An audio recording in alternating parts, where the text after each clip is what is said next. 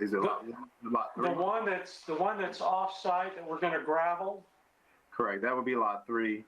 It's 55% issue, or, you know,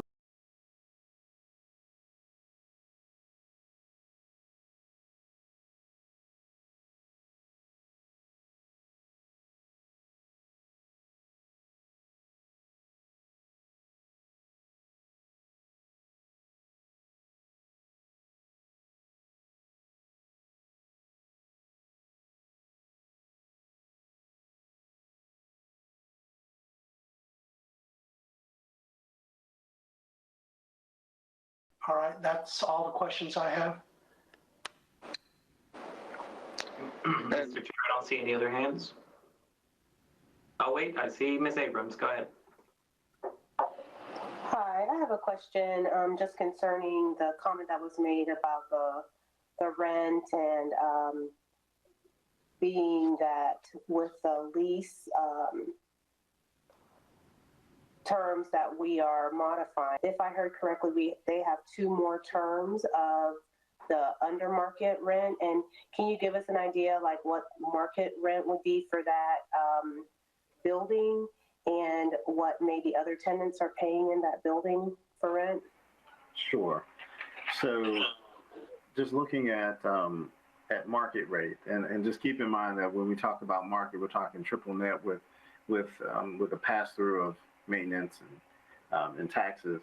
And for House 820, the market we recently evaluated only because we needed to obtain market rate for one of our other tenants, so we did it for all of our properties with a pending lease renewal for one of our tenants. And so for House, the market rate was determined to be $93,600 annually, or about $7,800 a month. And then for the collective, the determined amount was $67,000 annually, and or $5,600 a month.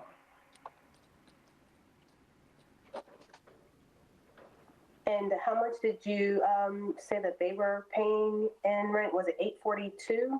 So for House 820, with the pass through of all management fees and taxes, it's approximately $2,500 a month. That $800 is just the base rent, and so once you include everything else, it's about $2,500. So the house is paying a third of that, approximately, for rent relative to market.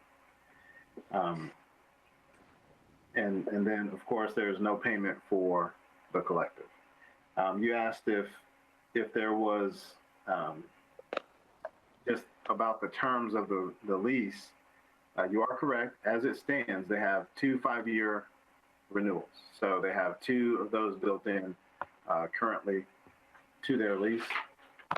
And the way it works is that there is the first renewal is with a 10% cap, and the second renewal is at market or agreed upon by the tenant and the landlord. Okay. So I guess my concern or question is if at any point, and I know that the building needed a lot of renovations, and I can definitely understand, you know, putting the effort and work into it so that there's a good space. Just one of the things I was curious about is, you know, at what point would we see rent to the CRA or income to the CRA that was a little bit closer to market, or even comparable to other tenants that rent from the CRA? Well, I can say that based upon the current lease structure, we would not be able to entertain fair market rent for another 7 years, based upon the existing lease structure. And just real quick, this is Ben, and that's basically about the same with the renewal, correct? The addendum? That is correct. The addendum does not change when the building would go to market. In fact, it would extend that time out an additional year, because we are providing a shift in that commencement date of the lease for approximately 1 year. Understood. Thank you. Mr. Chair, I got Mr. Parker with his hand raised. All right. Yes, sir. Thank you, Mr. Chair and board members. I'm Sean Parker. I'm an attorney down in Bartow at the Boswell and Dunlap firm. I've had the pleasure of representing Laura and her company throughout this process. Some of you know me. I know some of you and some I don't. Some of you may know that I serve as the city attorney for the city of Bartow on a part-time basis, and that part-time work allows me the pleasure of representing private clients as well. But I have rather a unique perspective on all this with that role here with the city of Bartow. I've worked very closely with the Bartow CRA for years. And one of the reasons I got involved with Laura, I knew her prior to this project, but one of the reasons I was excited to get involved was just having that experience from the past. And I will tell you, I appreciate this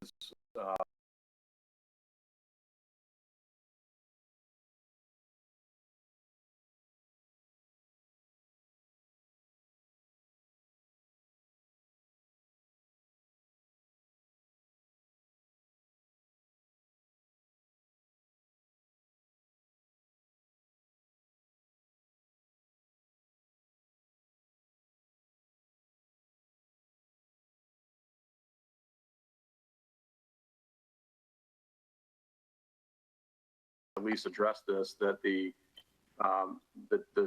reduced rent terms have been a condition of this name. To Commissioner Madden, are some of the most devastated currently by the COVID-19 crisis. And I think we all have big questions down the road as to what do wedding receptions and fundraisers look like 6 months from now, 12 months from now. I've been in touch with Laura throughout this past couple months and just kind of thinking out loud. And there's a lot of moving parts going forward, but I think we all hope that we get back to some sense of normal and that this space continues to be, this is in not only Lakeland, but all of Polk County.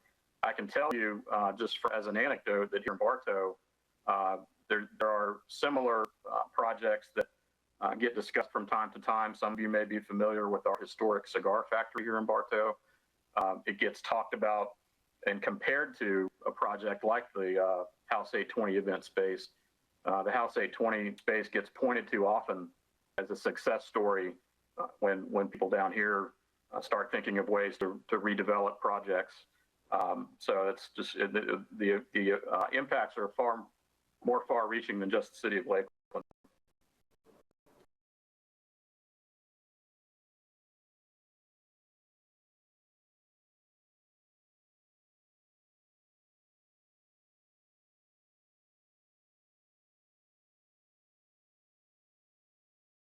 Just to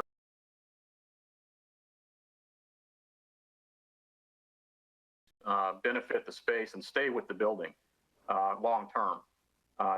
These are ideas that have been around really since the beginning of the project, and they're critical to Laura's continued use of that space as a high-end event. Laura's and her business's occupancy of the space. And then just one further anecdote, and thank you for your indulgence of my comments. Thank you for approving the waterproofing items on your previous agenda item. I can tell you, as I sit here today in a almost 100-year-old brick building, that we have experienced some of the same water issues here in our office. We did some major renovations about 12 years ago, and there was some life expectancy of that work. I think Board Member Wiley, you might have asked that question. I can tell you with some confidence that we had similar work done here on our brick building, and it has lasted at least 13 years. And we have a few little odds and ends that might need some touch up, but the proposal for that work, I'm excited about for this structure, and I would hope you would get the life expectancy out of that work that the contractor explained to you earlier. So thank you for your indulgence of my comments, and I can certainly add anything else as we need to going forward. And as to any specific questions about the operational side of things, I think Laura can certainly speak to that as well. All right. Thank you, Mr. Parker. And I want to follow up with a question, and this is somewhat for Laura and Elise. When this project was conceived and once Laura was brought on as the, future tenant, my understanding that the space was developed and it was intended to be a white box. And so now, a few years later, we're getting the request for a leasehold improvement of $100,000. And so I would just like clarification if I misunderstood what the concept was originally, or is this something that now the tenant is coming back and saying, look, to really function, I need this, and we can't continue without them? I'd be happy to speak to that. I appreciate the question. I think for me, when we started the concept of House 820, but you're very much correct. We want it to be a blank canvas. That's one of our taglines, and something that we love to be able to offer our clients.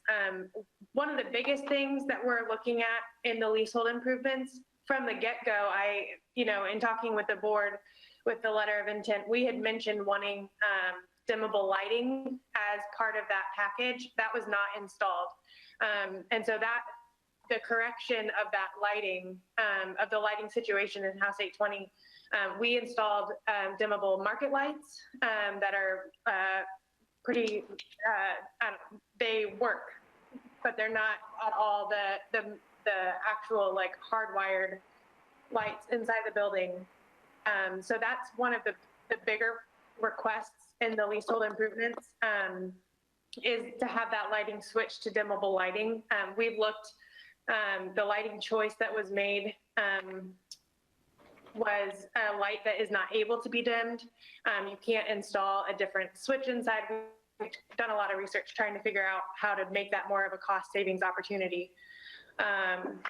So that's one of the main improvements. The second item is the partitions, or the partition to separate House 820 from Artifact more decisively. That also was something that was kind of a surprise in the development of the process with the architect, of realizing that the lobby didn't enclose the bathrooms, that the space between Artifact and House 820, just that small lobby, meant that Artifact guests always have security access into House 820 with their key fob. And we've just found that's become an issue for us to be able to book clients, because we're not able to promise them exclusive use of the space. Artifact is obviously, we want them to succeed. They want to host gallery shows, etc. So there's a little bit of a struggle there. And I'll be kind in that, of just wanting to make sure that we are being a good neighbor to them, but that frustration of safety and liability of younger kids in Artifact coming down into House 820 during a reception when there's alcohol in an open bar because it's a reception. Just trying to be wise with the space, and so the lease does not call that out specifically. So we're trying to figure out a way to prevent a liability issue as well within the building. So those are probably the two big ticket items. The other items are truly due to the fact that with the way that the parking has shifted, originally we were able to park about 130 cars valet style on the south side of House 820. With that, with the change with Yard on Mass and losing more use of that parking, and by making it a more developed parking area, there's a lot less parking there. And so what we found is when they're in full effect and House 820 is having an event and Artifact is having an event, we're running out of space very quickly.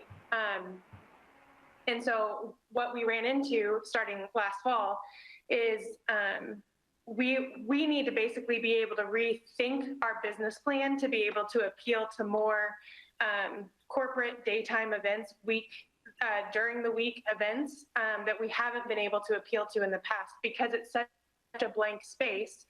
That works really well for weekend events when people have 12 hours to come and decorate the space. But what we're losing opportunity, our business opportunity, is in those weekday events. And a lot of them are asking for more sound that's an all-inclusive, like they want to be able to have a microphone, have lights that are already included. And I've had businesses in the community asking me for those items, saying, you know, can those improvements be made? Because if so, we can bring our company, corporate X, Y, and Z into your space, and it's far more budget friendly to them.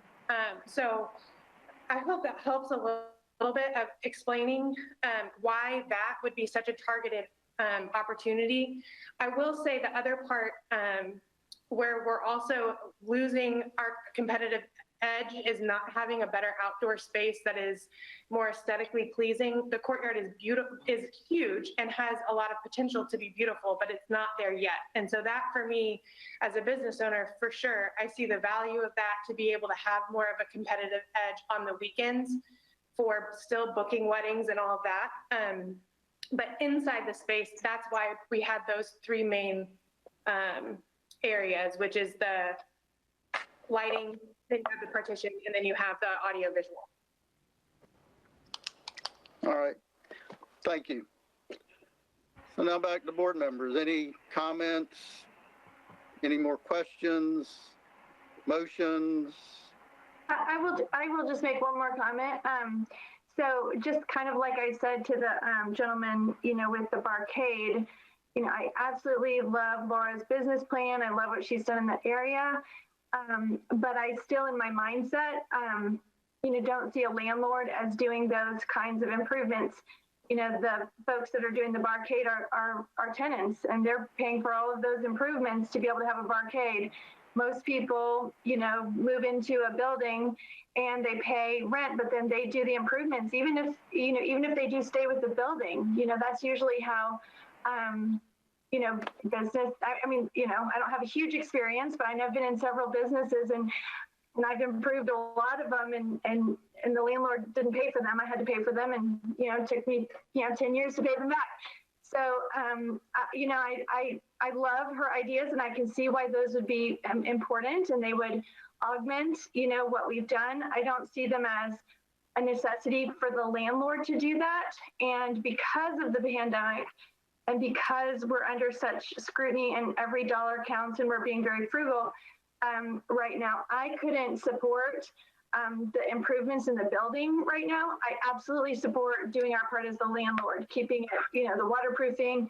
And if she had all those parking spaces, she needs to have those. We need to do that parking lot. We need to do whatever was in the initial agreement, for sure. It's just the extra things that would give her, you know, some more, you know, competitive edge in her business. I think that's something that she should consider investing or making some of those enhancements, just like every other business has to do.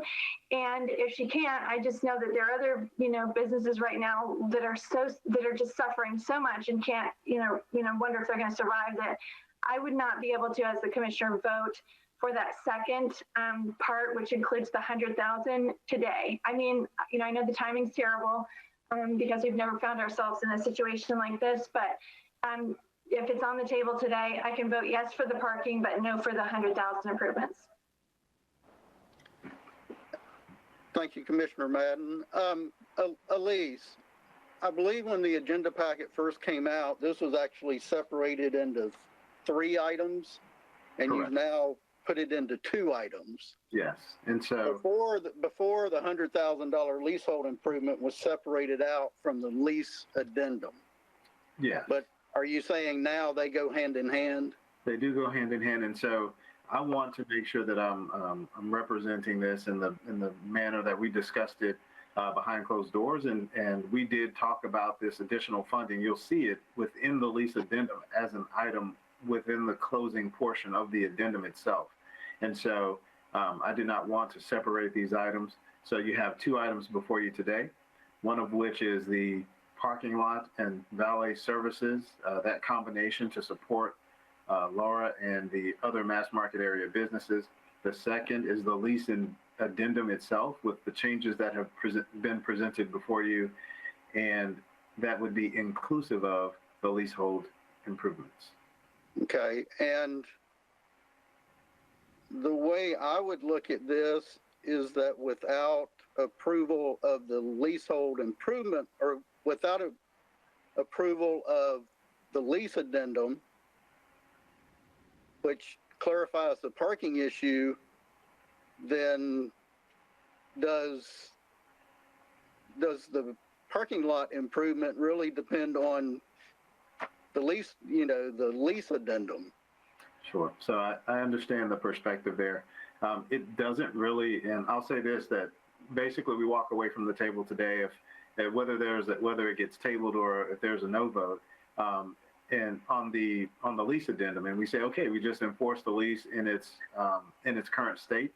We would go back to the terms that were in the original document. The original document called for a shared use parking agreement between all tenants across this parking space that you see. That would be lots 1, 2, and 3 if constructed. And so it would be upon the tenants to then coordinate amongst themselves to make sure that everyone was collaborating to make sure that the parking worked itself out. And so we would just be providing shared use agreement addendums to all tenants. And that's the way it would proceed unless we're otherwise directed. Okay, thank you. Sure. Mr. Chairman, this is Dean. Can I ask Elise a question? Yes. Elise, when you first mentioned the lease rate, it was $842 and change a month, which is a little over $10,000. And then you mentioned the $30,000 fee. How did the lease go from $10,111.44 to $30,000? Sure. So that's an average, Dean. That's an average over the 3-year period that was presented. And then all of our tenants pay a base rent. And that base rent does not include, when we invoice it, it's separated out from the actual management fees or any on-site utilities or solid waste fees that may be incurred by the tenant. So we pass those through to our tenants. And so that's how we got to the greater number. So when we looked at it, we said, okay, we get a base rent of $800. And keep in mind, the base rent does change, and it's very unique to House 820 situation because it's all based on gross revenues. And we get 5% of her gross revenues. So that fluctuates every month, which is why the average can deviate. But in general, if you were adding the fees in, all those expenses, it would be about $2,500 a month. And I hope that helped. Yeah. Well, as a former city commissioner, I'd have a hard time convincing a taxpayer that a $30,000 year rent and then have $100,000 in improvements that we would have to make.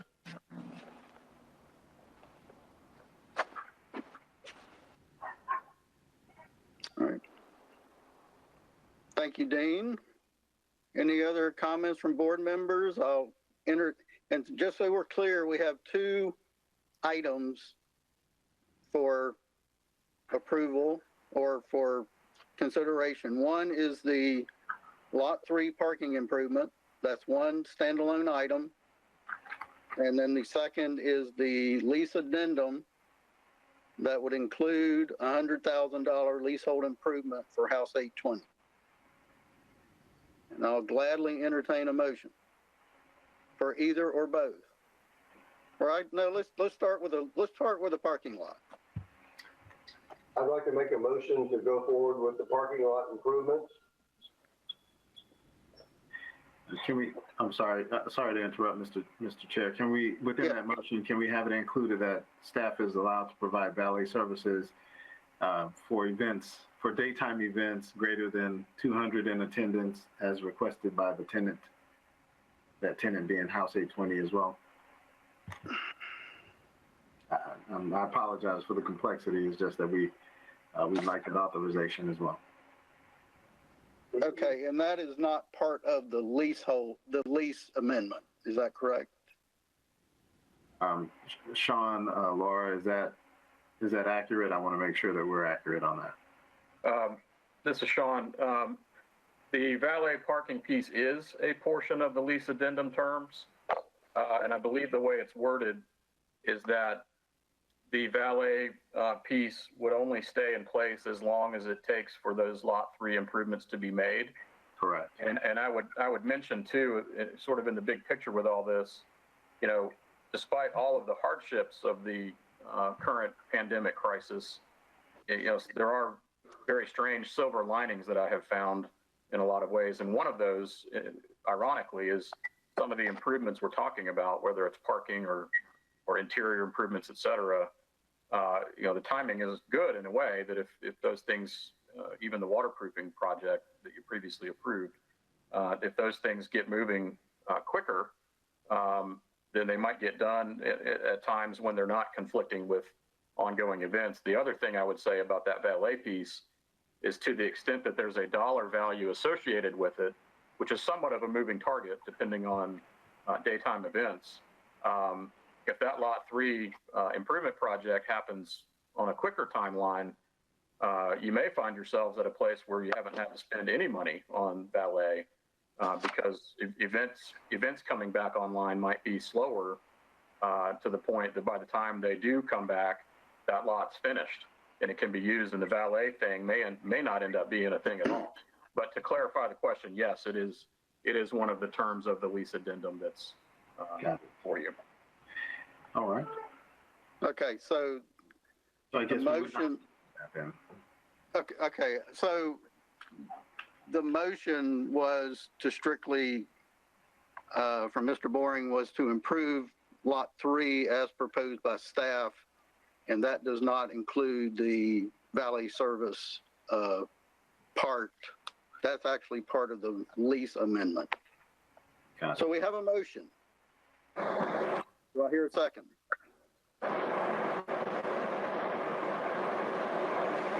Mr. Chair? Yes. I'd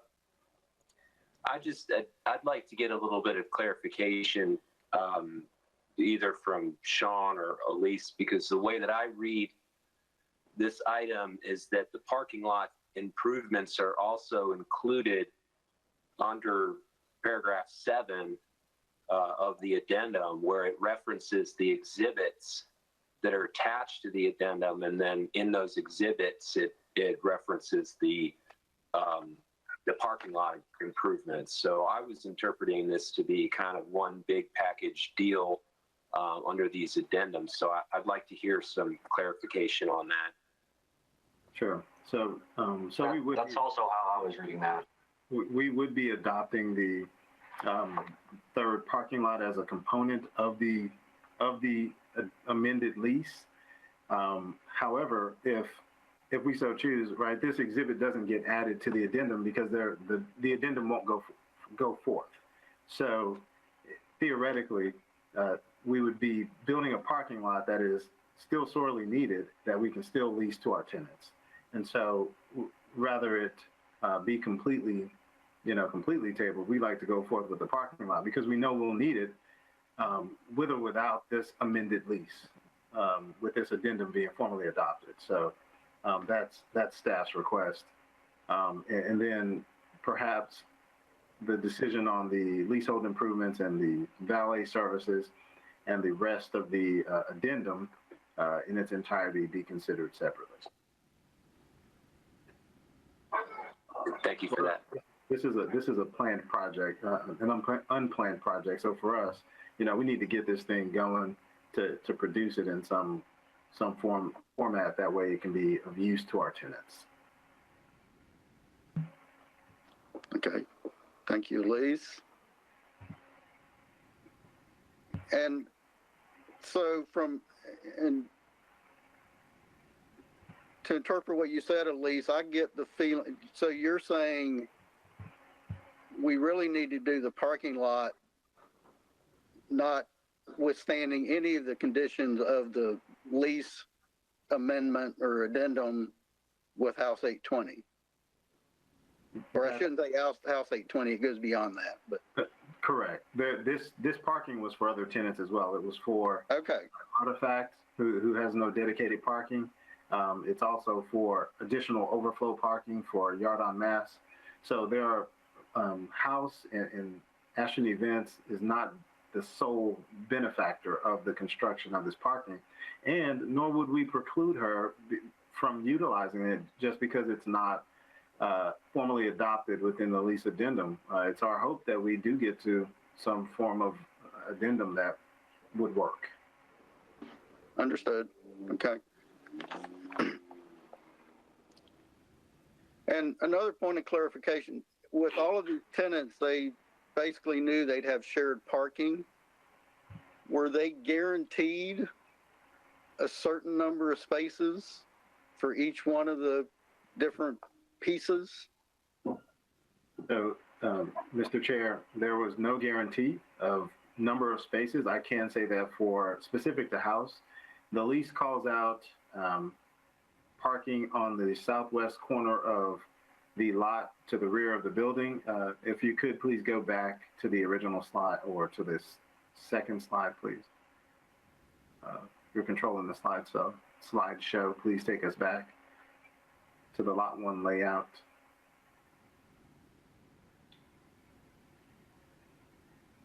Thank you.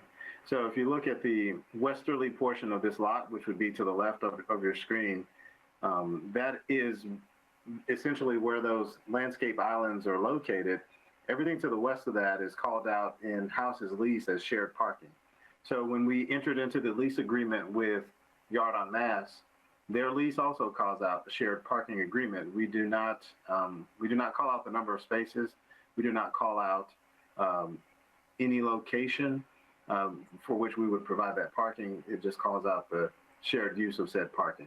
So in doing this addendum, we'd hope to be able to adopt the changes and be able to provide some certainty to all of our tenants relative to where they can park now and in the future. And this would have gotten us to, it would get us to a point where you see that House has access to load from the rear of the building, and then Yard on Mass has access to the remainder, to the balance of the parking. Okay. Thank you. Sure. Okay, so we have a motion to improve the lot 3. So moved, Dean. Right. And so I'm asking if there's a second. I'll second. Okay, so Brian seconded. Any other comments? Jonathan, you see any hands up? And Dean, you did include the valet, correct? No, that is not part of the motion. Okay, in discussion, I move to amend the motion to include the valet parking.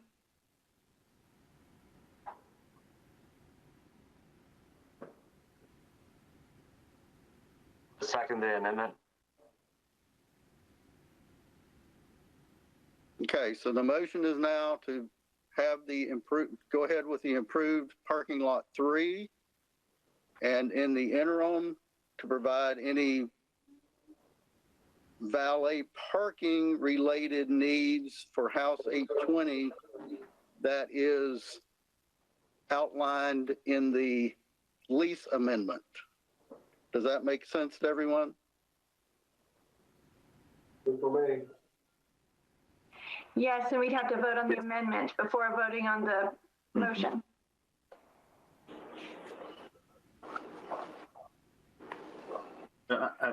Mr. I don't know if that's necessary if we know what the wording is. Mr. Assistant City Attorney, could you chime in? Well, I mean, there's different ways to amend the motion. If the maker of the motion wants to accept the amendment, we can do it simply that way. We do have a motion to amend on that's been seconded on the floor as well. You could call for a vote on the motion to amend, or we can ask the maker of the motion if they just want to accept the amendment. Mr. Boring, do you want to accept the amendment to your original motion? Reluctantly, yes. The motion has been amended due to the acceptance, and you can now call for the vote, or if there's any more discussion or debate on it. I will, okay, any further discussion or clarifications from board members? No hands, Mr. Chair. Oh, now it's Mr. Wiley. Are we going to have a separate agreement if we don't get the amendment passed to cover this? Is that subject to, working out a separate agreement? I guess the city attorney should probably comment on that.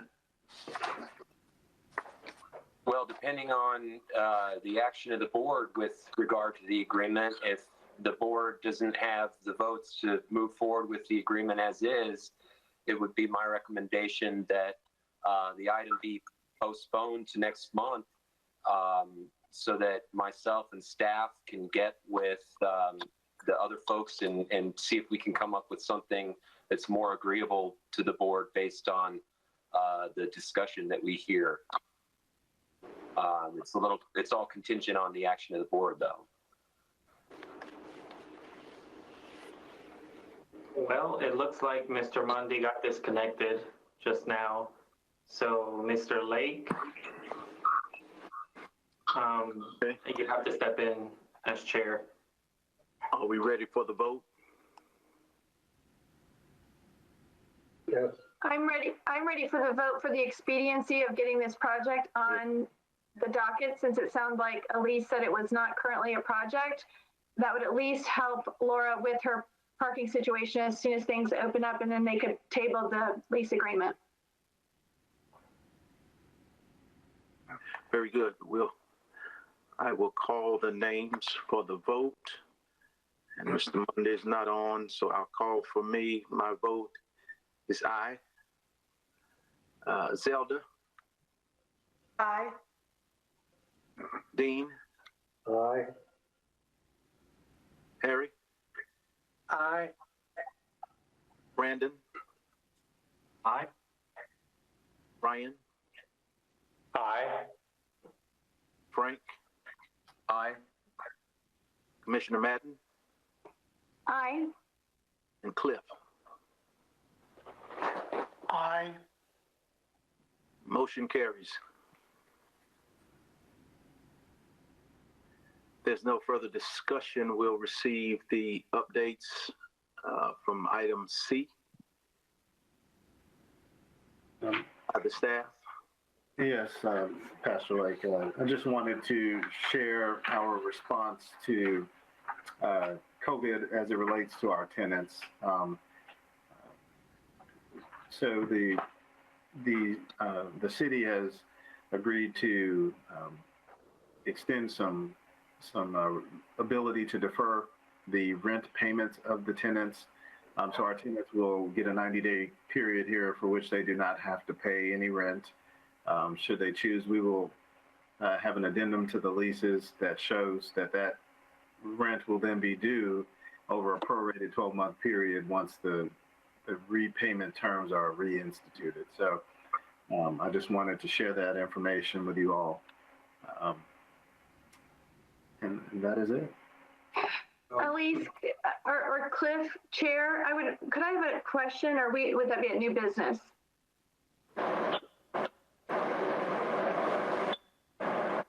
So,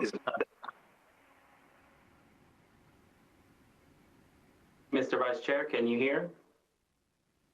No, I heard a background noise. Okay.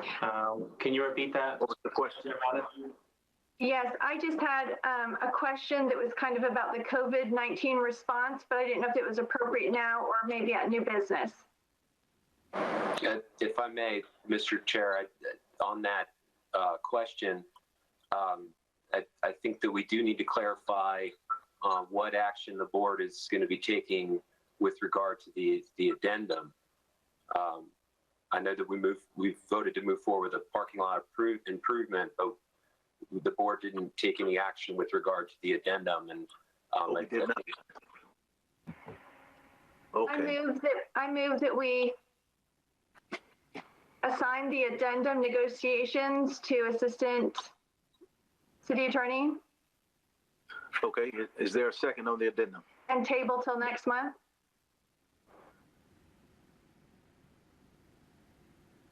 Is there a second? Second. Okay. Frank. Do we still need to carry the vote? Yes, sir. We have to do a roll call. Okay, we'll do a roll call. For me, it's an aye. Zelda, Aye. Dean, No, can you repeat that? no, No, okay. Harry, Aye. Brandon, Aye.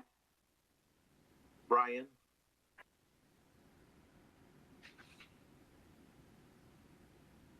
who's Brian? Brian, Mr. Godin, are you there?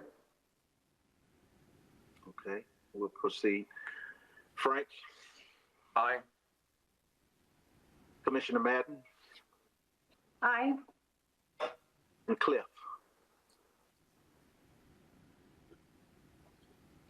No.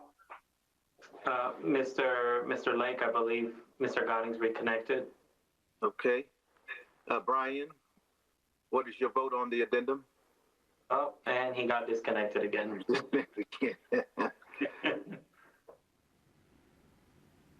Yeah, we lost him. Okay, so we had 3 noes.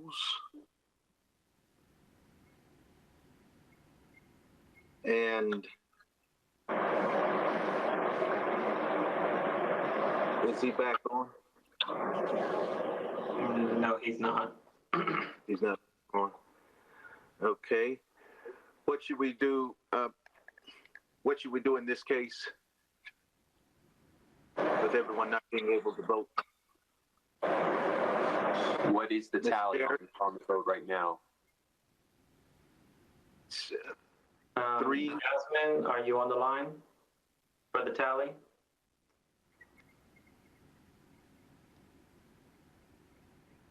I didn't catch the first no. I have a delay on my end.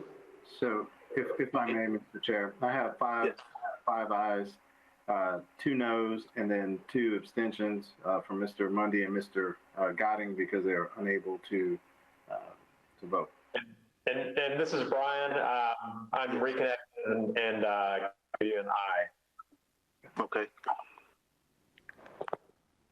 Okay, so the item is tabled to next month.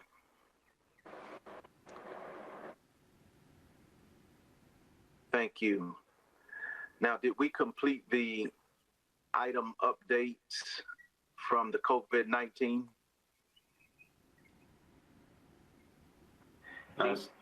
Staff was complete, sir, unless Commissioner wanted to ask any questions. Do we need to take action on that? No, sir, there's no action to take. It's Okay, just- very good. Okay. All right. Chair Ray? Yes.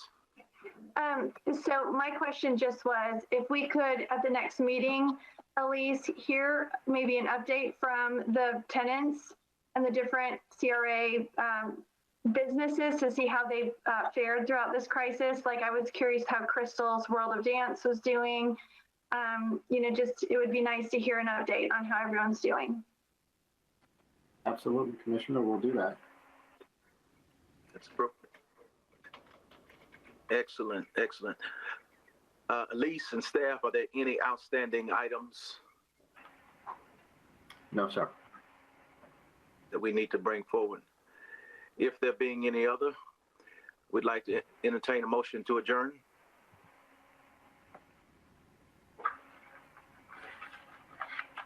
So moved. Second. We are adjourned. Thank you.